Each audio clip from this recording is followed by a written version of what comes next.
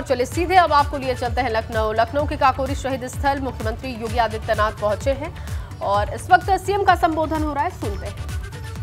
क्रांतिकारियों के त्याग और बलिदान के फलस्वरूप इस देश को 15 अगस्त 1947 को अपनी स्वतंत्रता प्राप्त हुई। आज हम सबका सौभाग्य है कि देश अपनी आजादी का अमृत महोत्सव मना रहा है और 15 अगस्त 2022 को जब आजादी के 75 वर्ष पूर्ण होंगे, पूरा देश इस अमृत महोत्सव का साक्षी बनेगा। देश के आदरणीय प्रधानमंत्री जी ने देश के सामने एक लक्ष्य रखा है कि जब देश अपनी आजादी का अमृत महोत्सव मना रहा है, अभी से हम 25 वर्ष की अपनी व्यापक कार्य योजना को बना करके देश के सामने रखें। जब ये देश अपनी आजादी का शताब्दी वर्ष मना रहा होगा, उस समय में कैसा भारत चाहिए। भारत की ताकत भारत की सामूहिकता है। 135 करोड़ की आबादी जब एक साथ बोलती है तो भारत दुनिया के अंदर सबसे बड़े लोकतंत्र के रूप में ही नहीं, बल्कि लोकतंत्र की मां के रूप में भी दुनिया को प्रतिनिधित्व देते हुए, मार्गदर्शन करते हुए दिखाई देती है। जब हम जाति, मत, मजहब, क्षेत्र, भाषा के आधार पर बटे होंगे तो ये विभाजन हमारी ताकत का ही विभाजन करेगा, भारत को कमजोर करेगा, विकास को बाधित करेगा, अव्यवस्था, अराजकता, तमाम ऐसी विकृतियों को जन्म देगा जो फिर से देश की स्वाधीनता पर संकट खड़ा कर सकता है।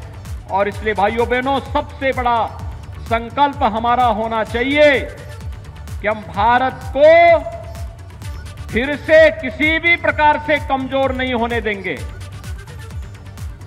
पूरे भारत की एकता का संकल्प लेकर के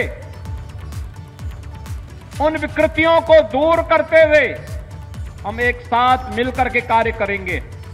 और इसीलिए प्रधानमंत्री जी के संकल्प के साथ जुड़ करके उत्तर प्रदेश सरकार ने भी तय किया है कि उत्तर प्रदेश को हम आगामी 5 वर्ष के अंदर देश की एक बड़ी अर्थव्यवस्था के रूप में स्थापित करेंगे। उत्तर प्रदेश के अंदर व्यवसाय की सुगमता, ईज ऑफ डूइंग बिजनेस के लक्ष्य को प्राप्त करते हुए प्रत्येक नागरिक के जीवन को सहज और सरल बनाने में हम लोग अपना योगदान देंगे। उत्तर प्रदेश के नौजवानों के लिए हो, किसानों के लिए हो, महिलाओं के लिए, समाज के प्रत्येक तबके के लिए हम उस प्रकार की योजनाओं को लेकर के कार्य करेंगे जो उत्तर प्रदेश को तो एक पहचान देगा ही, उत्तर प्रदेश के प्रत्येक नागरिक को सम्मान भी देगा।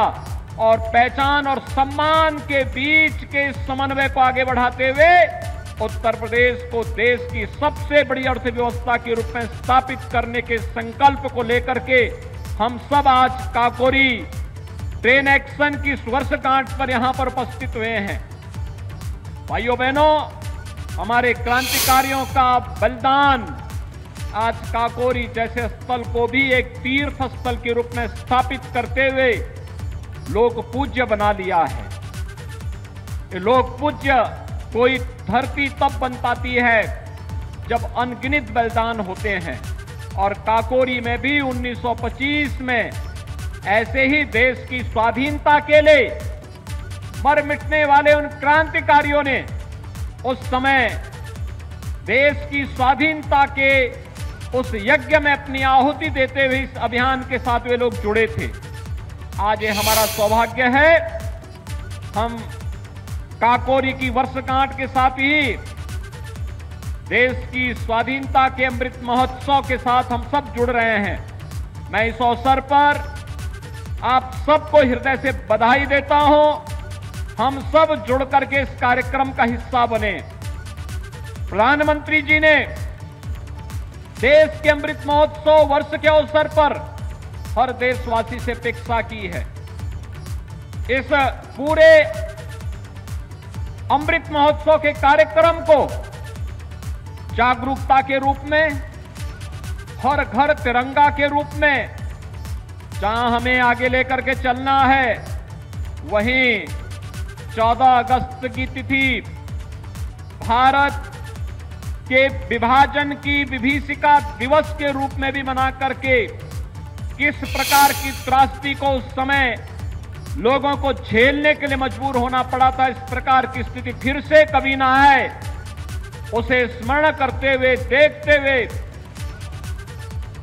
उस प्रकार का कार्यक्रम प्रत्येक जनपद में आयोजित होना, कार्यक्रमों का संकलन करना, एग्जीबिशन के माध्यम से उस समय की त्रासदी के जीवंत चित्रण को वर्तमान पीढ़ी तक प्रस्तुत करना और फिर सैकड़ों वर्षों की गुलामी की बेड़ियों को तोड़ते हुए 15 अगस्त के दिन जब देश स्वाधीन होता है तो स्वाधीनता की उस एहसास को उत्साह और उमंग के साथ मिलकर के मना करके भारत को अमृत काल के अंदर दुनिया की सबसे बड़ी ताकत के रूप में स्थापित करने के अपने संकल्प के साथ हमें बढ़ना होगा। भाइयों बहनों, इस संकल्प हमेशा आगे बढ़ने की एक प्रेरणा देता है हमें। ये संकल्प हमें अपने देश के बारे में सोचने के लिए मजबूर करता है और उस संकल्प के साथ हम सब जुड़े हैं, इस विश्वास के साथ अभी से हम लोग मिलकर के उत्साह के साथ कार्यक्रमों के साथ जुड़ेंगे। तिरंगा यात्राओं का आयोजन जगह जगह हो रहा है, लोगों में अपार उत्साह है। भारत के प्रतीकों के प्रति सम्मान का भाव हर भारतीय का कर्तव्य है और उस कर्तव्य के पथ पर आगे बढ़ते हुए यही हम सबका संकल्प भी होना चाहिए, यही हमारा धर्म भी होना चाहिए। इस विश्वास के साथ मैं एक बार फिर से भारत माता के इन महान सपूतों को, जिन्होंने आजादी की बलवेदी पर अपने आप को समर्पित किया, उन्हें कोटिसा नमन करते हुए विनम्र श्रद्धांजलि अर्पित करता हूं और आजादी के अमृत महोत्सव के इस अभियान के साथ आप सबसे जुड़ने का आह्वान भी करते हुए अपनी वाणी को विराम देता हूं। धन्यवाद। जय हिंद।